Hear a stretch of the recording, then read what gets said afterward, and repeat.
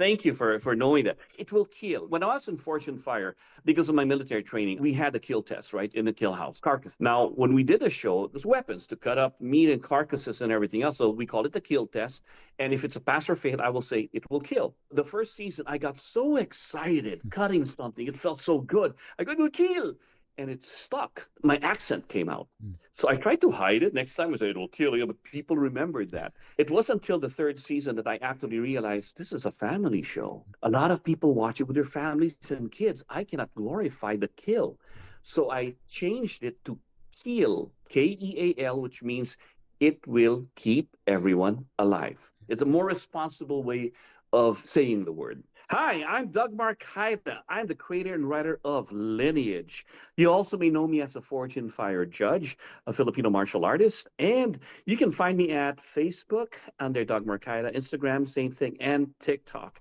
Also, for the Lineage comic book, you can look at kidheroes.es for our comic book, Lineage. And now, you are watching and listening to Two Geeks Talking.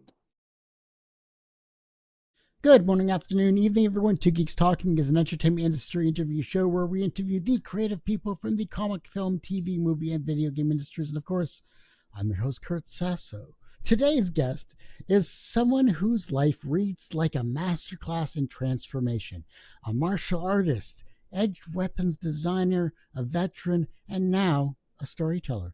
You know him as the judge on Fortune Fire, but today we are diving into the mythic and personal world that is behind the comic debut Lineage. Doug Marcaida, welcome to the show. How you doing, Kurt? Greetings, everyone. Great to have you here. You know, my dad loves Fortune Fire and all that stuff, so he's like, oh my God, it's Doug. I remember him. Like, he's awesome. He's great. And now I see you're into my world of comics, and I think that's wonderful to see. You know, you have such a wonderful career in many different fields here. But for those that don't know anything about yourself as a creative person, tell us who you are and what you're bringing to the show today. Well, you know, I've been blessed to become a storyteller because basically what it is I celebrate my life. I'm in the late stages of my life to now what I want to do is share what made me shine. I mean, I was blessed to be able to migrate to this country, get into the military. In the military, I was a respiratory therapist, but I was always a martial artist. With that martial art world, when I left the military, I continued training and teaching and doing the yin and yang, doing the respiratory field for healing and the martial art for destruction, at least I thought at that time. But then I became a military contractor because I was getting pretty good with my weapons art, and I started designing with companies about that. Then Fortune Fire found me. They wanted to find an end user who could use the blades. With that blessing, I was able to find things about watching what was going on the show, and it inspired me to say, hey, I'm learning about using iconic weapons from history. All over the world, we have bladesmiths. And I started to listen to the different cultures and the stories and the iconic blades like Excalibur or the Sword of Mars or the Sword of Perseus. In every culture, every blade was different. And then it hit me. Every blade has a story to tell. And I go, I'm going to start telling the stories based on my expertise and my experiences with the world, with the sword from different cultures. And then I started creating Lineage, the comic book that tells the story where every blade, this blade in particular, is telling its story. It's beautiful. From what I've gotten to see, like, the images are amazing. I think you have a wonderful story.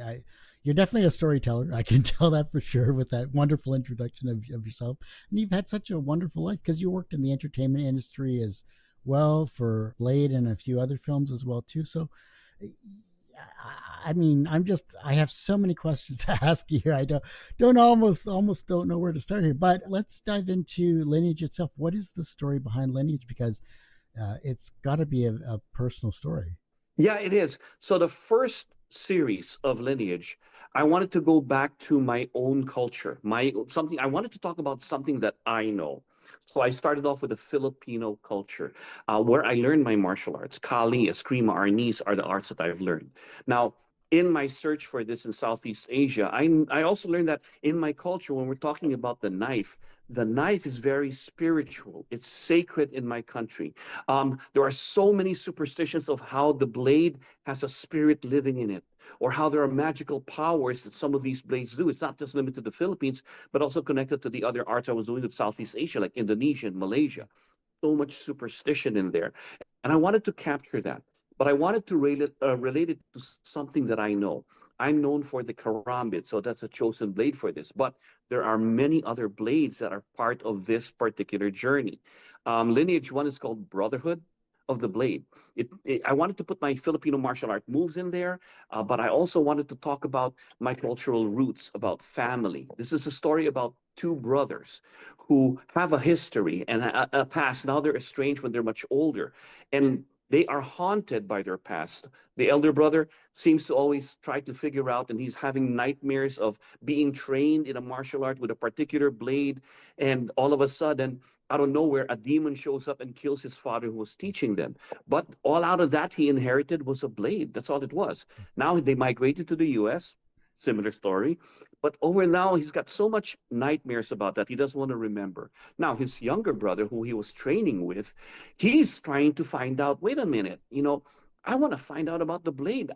My memory is so confused about this. So he does this TikTok. Now we're modern here, where it's on the Verge. His name is Verge, and he does his just like we have ghost hunters, right? Paranormal things of going everywhere, trying to search for a similar blade or history or stories of that blade. From that, you start to open up about the stories of how confronting your fears is so important, how the bonds bring us together when we're both trying to find something to heal us. That what's what you think about serve to destroy you in your head actually heals if you start to try to find out what it's going to be.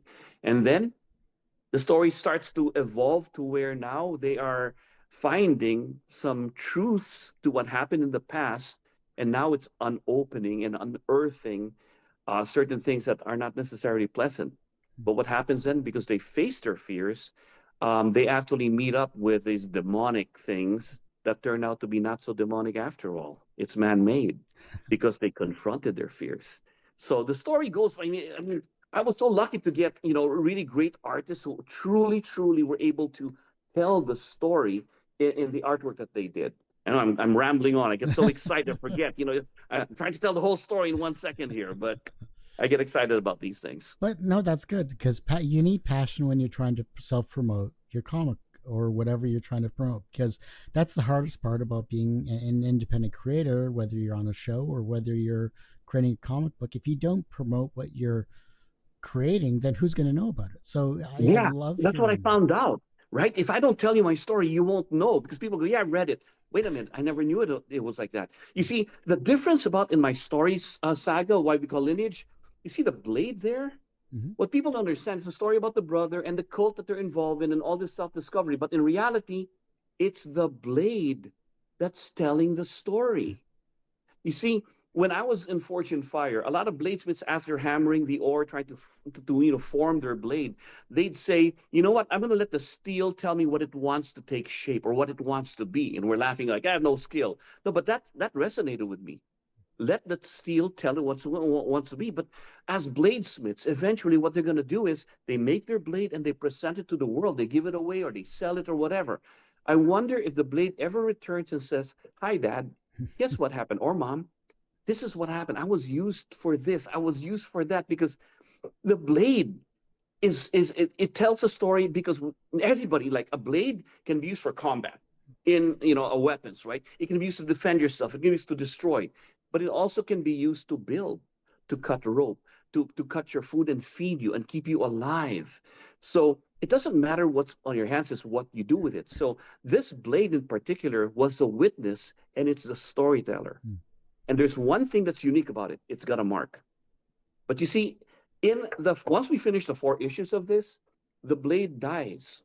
But what happens is its soul is reincarnated in a different era, a different dimension, and a different story will be told. Hence, every blade has a story to tell. That's an interesting take on trying to understand legacy and how that evolves. For yourself personally, how has your legacy evolved from teaching martial artists to now creating stories? It's the one and the same, because In the beginning, I took martial arts because I wanted to be a better fighter. I was a troubled kid. It was all testosterone driven. I want to be the tough guy. I want to be always want to fight with my weapons and be that. As you learn, the more you do martial arts, you realize the more you don't ever want to get into violence or the act of it. So it becomes something that you live. How do I live it? When you train with your teacher, your friends, your classmates. You go into a dojo or a classroom that's like your family in your home. You train honor, respect, integrity, these attributes that you do. But what you do is you try to live that. So you get a lot of wisdom from that. And that's what I did. The word "it will kill" that I use on Fortune Fire, it follows my motto when I teach my martial arts. It's not about how many you hurt, it's about how many you protect. Mhm. So as I start to be an influencer or I inspire a lot of people in my morning coffees, I bring my martial art wisdom to live a good life, you know. I wanted to transfer these values, these characteristics into storybook telling. That's why Lineage, even though it's about the brothers and everything else, there are attributes there that says, hey, you want to confront your fears. Don't become victims of your own fears, just like in martial arts, right? Learn to confront them, learn to gain confidence from that. There's a camaraderie in having the same kind of passion, just like the brothers had the same passions in training, the same passions in finding out about their past. There is something that they enjoy together, Yeah. that they learn to protect together. So that's the same thing with martial arts. There's unity in the things that you do. That's everything else. So a lot of the martial art world, because it is life, is transferred into the comic book as well. Yeah. For me, I practiced Japanese jiu-jitsu for 15 or so years. So I completely get it. And you train with men, women, no matter the age, no matter their physicality. And yeah, you become a family. You know, when I met my sensei, I was in Nova Scotia. And so learning their history and what drove them to martial arts and what drove them to protect rather than kill was a rather interesting story in itself. But it's just a way of life, and it's not about the technique, but it's your own mentality and how you center yourself in your everyday. And I think that no matter if you're doing martial arts or creating an amazing comic book like Lineage, it's the same thing. Yeah. It's the same thing. It's like food, right? We share each other with the food. It's not about, the destruction of it. It's just like this is so when I do martial arts and I meet other fellow martial artists, it's what we have together. It is what bonds us together. And then we just enjoy the differences and the similarities. But that's it brings us together rather than separates us. That's when you start to realize martial arts is life. And that's why I'm hoping the comic book brings us all together as well. Which leads me into the team itself. Who is the team that's working around this comic book? Because unless you're writing, drawing, lettering, and doing everything like that, who did you gather to make this amazing series? Well, I was lucky enough to get into Kid Heroes because they were comic book writers already, and because my first comic book is very Filipino centric on my culture. I met Patricio Ginelsa, who owns Kid Heroes, but then he brought in two writers who are also Filipino guys who've written before and actually are great voice actors. You got Earl Bailon and Justin Keyson, great writers who helped me because I have my whole storyline as an outline, Mm-hmm. but they were able, I don't know how it fits in the comic book world, so they helped me do that. They were able to get my point across in one page, right? Oh, that's great and all that. Then we have Patricia was able to get I never knew in comic books you had a cover artist is different from the artist who's drawing inside, but he was able to get beautiful artwork, which blew me away. But then the artist himself, Felix Morales, I mean, what he did with Felix, I mean, I would tell him something, and he knows so much of our culture that he put a lot of it in there without my asking him. Now, he's not a practitioner of the martial arts. That's the only thing. Oh, but what we did was I trained with my brother and I showed him the moves. You see, I didn't want to see Superman punch or Spider-Man landing or Hulk Hogan or the Hulk punch, right? I wanted to see true Filipino moves. So we put in from our bows to our rituals and certain moves that we do in martial arts. I mean, I recorded myself with my brother and I sent it to him so that he would capture the intricacies of the way we move in Filipino martial arts. Mm-hmm. Was there a piece of artwork you got back that was way better than what you had outlined and what you worked with? Yes, absolutely. So when we talked in one of the stories here, we talked about a villain, Mm. right? This big bad guy. And what he did was he created this big bad guy. And what I saw just threw me away. He actually put in a Carabao Oh mask. wow. Okay, so the mask. So when you see that, I mean, it just totally blew me away when I'm looking at that because when you look at that, Uh, I'm sorry, I'm yeah. off frame there. There's a delay. That told me like, wait a minute. He took now the Carabao is a water buffalo, Mhm. very known in the Philippines. It's our workhorse per se. It's a water buffalo, but to put a mask on that with the horns to make it demonic looking, but it's just a mask. I'm like, he gets it. He gets what I'm trying to put in here. You see, one of the things is the story tells you to when you face your fears, you'll realize reality versus fantasy. These are blurred lines if you leave it up here and you don't want to face it.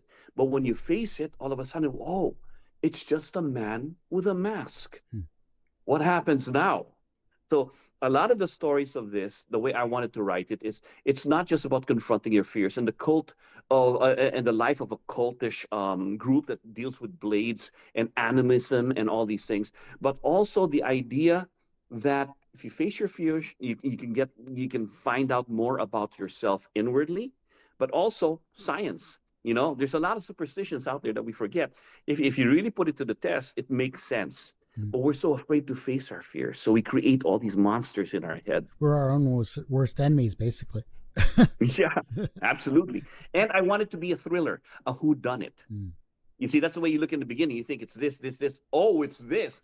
Wait a minute. Now where are we going? After this, now that the brothers realize that, wait a minute, this guy I thought was a demon in my dreams, and he's just a human being. And the brother goes, wait, there's the blade. We can find out about the past. So issue two now is for them to take the trip to find out more about their past, to unlock the secrets of what's been haunting them. You have a motto: keep everyone alive. Yes. That in itself kind of redefines strength through compassion.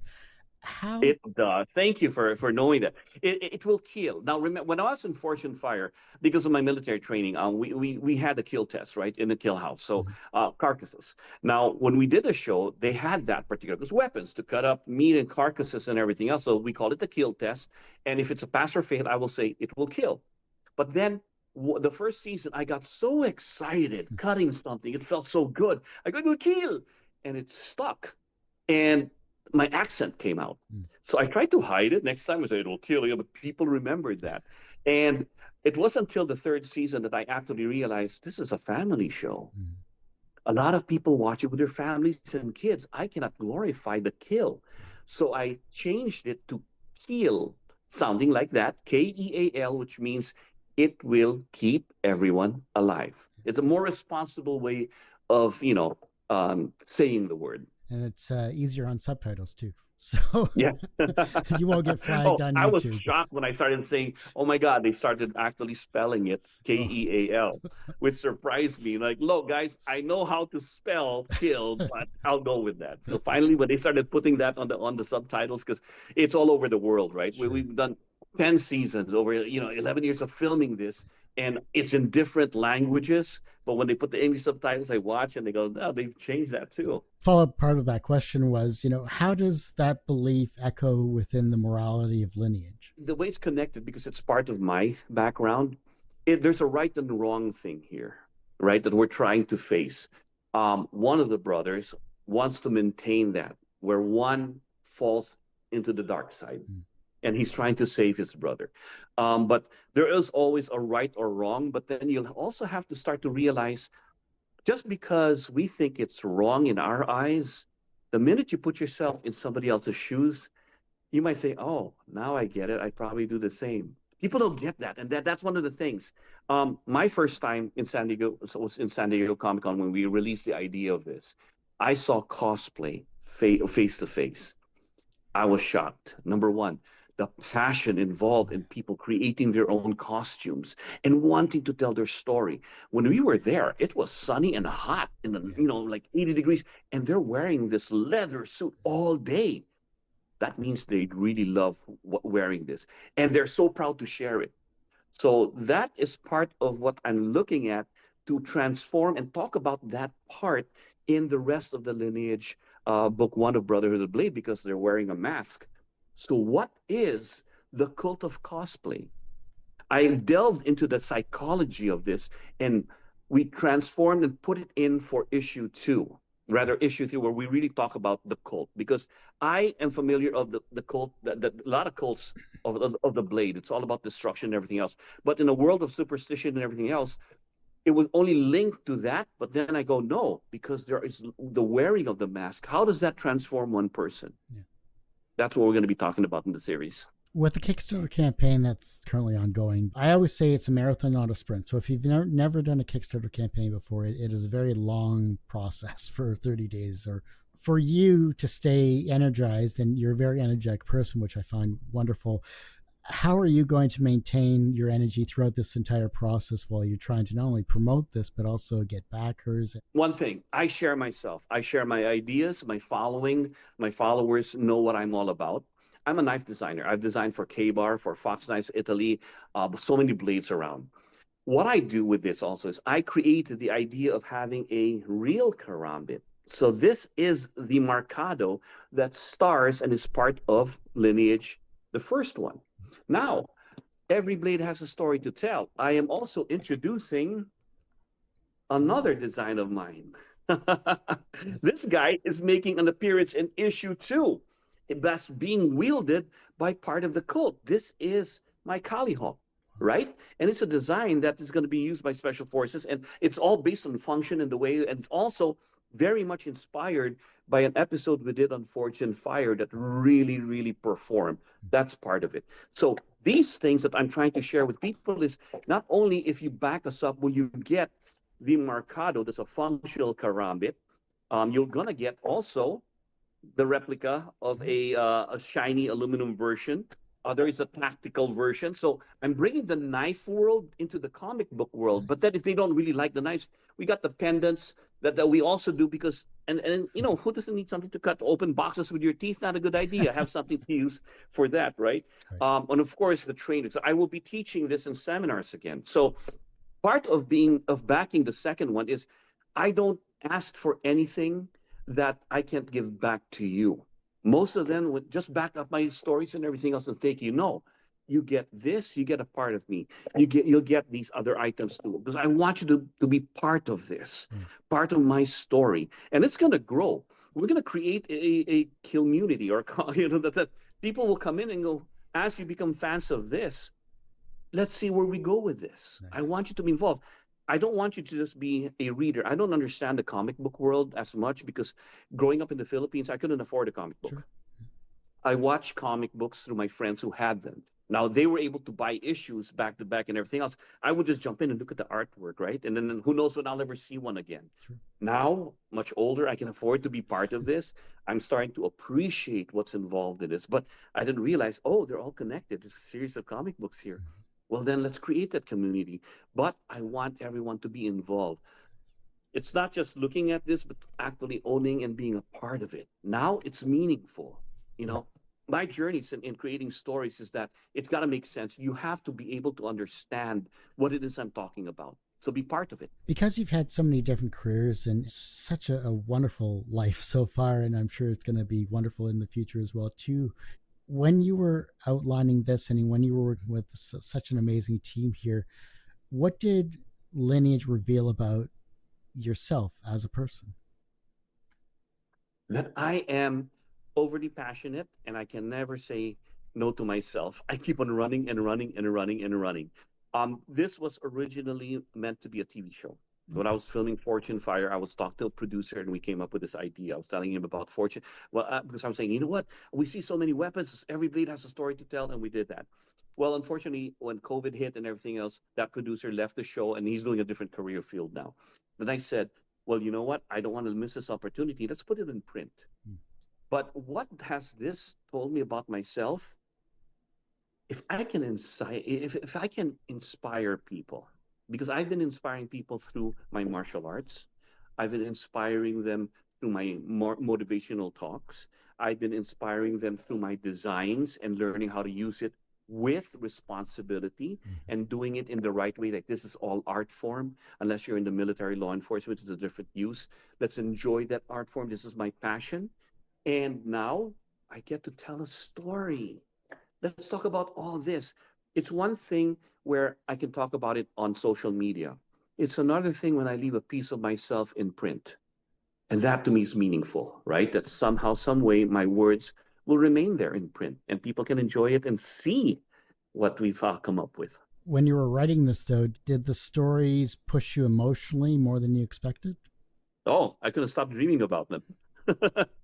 Because it's a story that I'm like, it's so should this person be this way? And sometimes it would drive me crazy Mhm. because visually in my head, I would see the action. It's so different, right? Nothing beats your imagination. Yeah. But in the excitement and emotional things, it's got to make sense. It's got to make sense. So that's where the writers, where Earl and Justin helped me make sense. Oh, all of a sudden, wow, oh, that's so convenient that happened. That really doesn't happen in real life.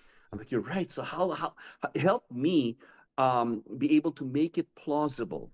Help me make it make sense, not just so that I'm a story person. Mm. So action is great.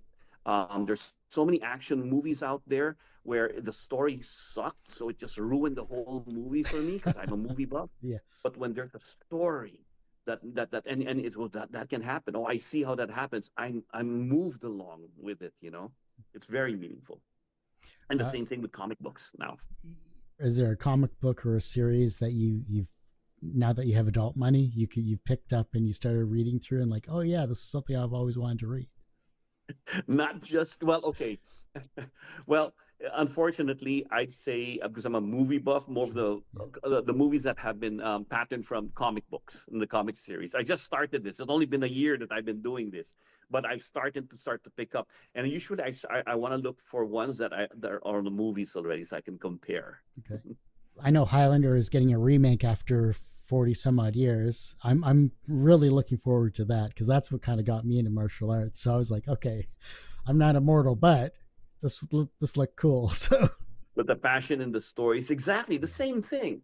That it's it to say that that has not inspired what I'm talking about. I told you that this blade will be jumping in different eras, different dimensions. It's the same thing like in Highlander, going through the different time periods. So that's a part of the inspiration for writing this. Because we're having like 4 issues or however many you're going to do in this particular series, and you've mentioned previously that the blade jumps from decade to decade, century to century. Like, how many blades are we going to actually see in this series? Because I'm a sword aficionado or a knife aficionado as well too. So I'm excited. Like lay it on me. In this first series, Brotherhood of the Blade, I'm introducing 4 different blade designs of mine. Today, you get to see it right here. You have the Marcado, the marked one, and you will see the Colliehawk being wielded by one of the within the cult in the battles that they're going to be having. You will also be seeing my battle spear, which is a barong Filipino barong blade. Nothing wrong with the barong. I've got a pendant of that. I don't have it here to show. And of course, the battle bolt. So those blades will be making appearances in this comic series because they're all being released this year, anyways. So I said, let them. You think I don't hear this in my brain saying, I want to be part of the movie. Make sure I'm going to be part of that comic series, okay? Yes, sir. Yeah, I do have conversations because they're my babies. How can I not talk to them? Exactly. You're putting your soul into them as you're making them, so they might as well speak to you. Exactly. There you go. Even a lot of comic creators that I've spoken to over the decades have said my characters speak to me and I just write what they say. So it's the exact same thing. I spoke to Felix, who's the artist, and he showed me all the artwork. But I go, Felix, can I ask you a question? You're drawing your artwork. I see the finished product, but I'm not satisfied. Can you satisfy me? What do you mean by that? Do you have the copies of the earlier renditions of your sketch? I go, yeah. Good. Tell me what you see. And boy, and I thought record it for me. But so as he's drawing, So here are the brothers, right? And I'm drawing the brothers. And what happens? He attacks. They go, attack you and everything. And all of a sudden, the guy from go, I am the guy from behind and everything else. And he goes, running. So the sound effects was just, I was so entertained by that, to see what's in the head and to know that even in the draw, bang, splash, and the whoosh and spatoon, and then this guy jumps in. All that was so entertaining. That's what I want to see, because that's what's in my head when I'm writing the stories, and that's what's in their head when they're actually putting it in print. It was amazing. It was amazing. So I'm saying, people, if you ever get a chance, an artist out there, the artists, when you're drawing, record yourself and let us hear you record and record what you're drawing. Let us be part of that journey, because that's what I do. I'll talk about the story of how I designed this and where it came from and how it's supposed to function in different ways. It's not just a crime, but this way it can be held like a claw, inward claw as this, all that. So when I'm writing the stories, because every blade has a story to tell, every pencil has a story to tell. My catchphrase for the past 18 years is everyone has a story to tell as well. So, we're on that same wavelength. I love it. That's Awesome. Great. Last 5 questions I have are my introspective questions I ask all of my guests when it comes to this show. They were 5 questions I was going to ask Stan Lee. I never got that chance. So I ask creative and talented people like yourself these same 5 questions. Eventually, I'm going to put this into a documentary. I have like 15 years of content to sift through. Nice. Wow. Yeah, you got to share that. Yeah. That's awesome. Everyone has one person that inspired them on their path to where they are today. Who was that for you? Jesus Christ, my Savior. Every day in the morning, I wake up in the morning and I say, thank you very much. Everything that I experience in this world is put in front of me to experience. And as long as these are all mortal problems, mortal excitement, mortal all that. And so that every time I face something where it's just too much, sometimes a tragedy and everything else, when I see myself not as a mortal, but a spiritual being with a soul and God, I trust him and I'm good to go.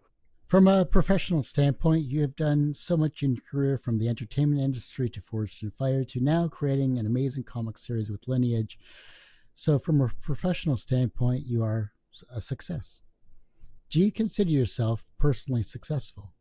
Interesting. Financially, I'm not a success there. If I were to gauge myself financially as a success, but yes, in terms of accomplishing a lot of things in my lifetime, I'm successful in that, because I've had the support of my family in order to do all this. In my martial arts, I was never with them. I was away doing seminars, doing this. When I'm doing stuff like this, they're not with me. So it's a gift from them to say, we give you this gift of not being around us, so you better enjoy what you're doing. Otherwise, we'll take it back, and you're allowed to do that. You stay home with us. So having that is a successful thing, that I had successful support. In terms of, I've had the luxury of having, exposure in media. So that is a success, that people want to listen to me. They want to hear my stories.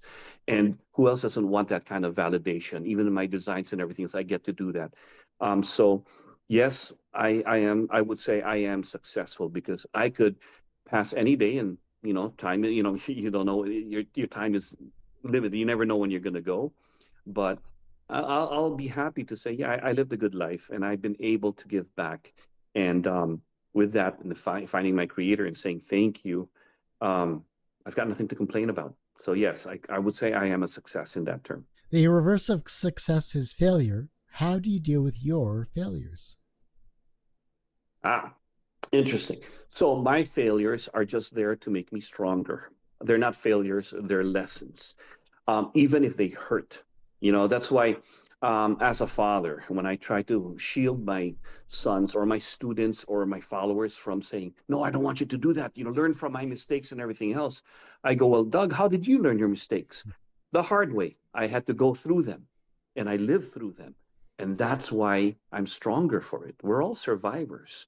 So they are not failures. They are things that God put in front of me, so that I know that I can go through it. And it's not about what happened. It's why I reacted the way I did. That's what I always ponder on. Why did I react that way instead of this? What did I learn from that? And if you always look at it as lessons, they're never failures. I thank the very people I would think as my enemies because they motivated me. I thank all the tragedies because they made me stronger. So in the beginning, when you're going through it, you hate and you ask why, but when you realize you're a mortal being, you're gonna die. I am in my late stages of my well, last stage of my last quarter of my life. I'm ready. So don't worry about it. What's better now is moving forward with your immortal soul. What you gonna do about that? And does your mortal life match your immortal when the time comes? So if you always stick on this, you're stuck on this, you will never be satisfied because you're stuck with mortal and worldly problems. But if you know it's just whatever's happening temporarily, that this is more important, then you're free from that. The younger generation is looking at your work and they're becoming inspired but creative in their own way. And the fact that you have the younger generation with your sons is a wonderful accomplishment. And I'm sure they're inspired to be creative in some way, shape, or form. How can they inspire the generation that follows them? Basically, realizing that everything is a cycle. This is the last stage of my life. So everybody keeps on living as long as they have a purpose. Well, my next and last purpose is leave behind what made you shine. Whatever it is, whatever people guard their secrets, guard it for what? You can't take it with you. I am doing a seminar series. Oh, by the way, which are going to be, these two are part of that seminar series. It's called Karambit Unleashed. And this is nothing more than a karambit on a stick, right? It is a legacy seminar series, meaning what? We are leaving everything behind. My peer with me is one of my idols also in what we were doing. And I told him, hey, we need to start leaving behind what made us shine. It's not leaving it for for this generation. And I told him this: let's do this seminar series for those that aren't even born. Meaning everything's going to be recorded. We're uploading it on a website. It's for everyone else. And when we're gone, hopefully somebody will jump in and continue the legacy. So when we talk about inspiring the next generation, remember, your life here is very temporary. What are you doing to let everybody know I was here, but this is how I made it a better place when I leave it? That's how you continue on. That's good. I really enjoyed that answer. Thank you. Thank you. If your life was a comic book, what would its title be? And what would its soundtrack be? Ah, if my life was a comic book, interesting title. Lineage. That's cheating, right? No, I would say, oh, okay. Me, myself, and I, and the rest of us in my head. And the title would be, I don't know, some really loud classical music that's going loud in the head. Simply because there are so many versions of me, so many hats that I've worn. If people could only see through my eyes all the different things, I sometimes realize I'm a chameleon, or I am this, I'm that, and this, and it's my ADHD, it's my OCD, and we're all in here. But I accept that. That's who I am, and it's okay to be that way. I don't need to change for anyone. I learn to accept who I am and have fun with them and all the voices and the characters and all things. This is what God created for me. So how can I try to change anything that He left for me? And that's really it. Me, myself, and I. That's good. I love it. Well, Doug, I do hate to say it, but that ends this particular episode of Two Geeks Talking. I want to thank you so much for being on the show. Well, thank you very much, Kurt. I truly enjoyed this too. For those that want to support you, this campaign, and anything else you'd like to promote, where can we find you on this wide world of the internet?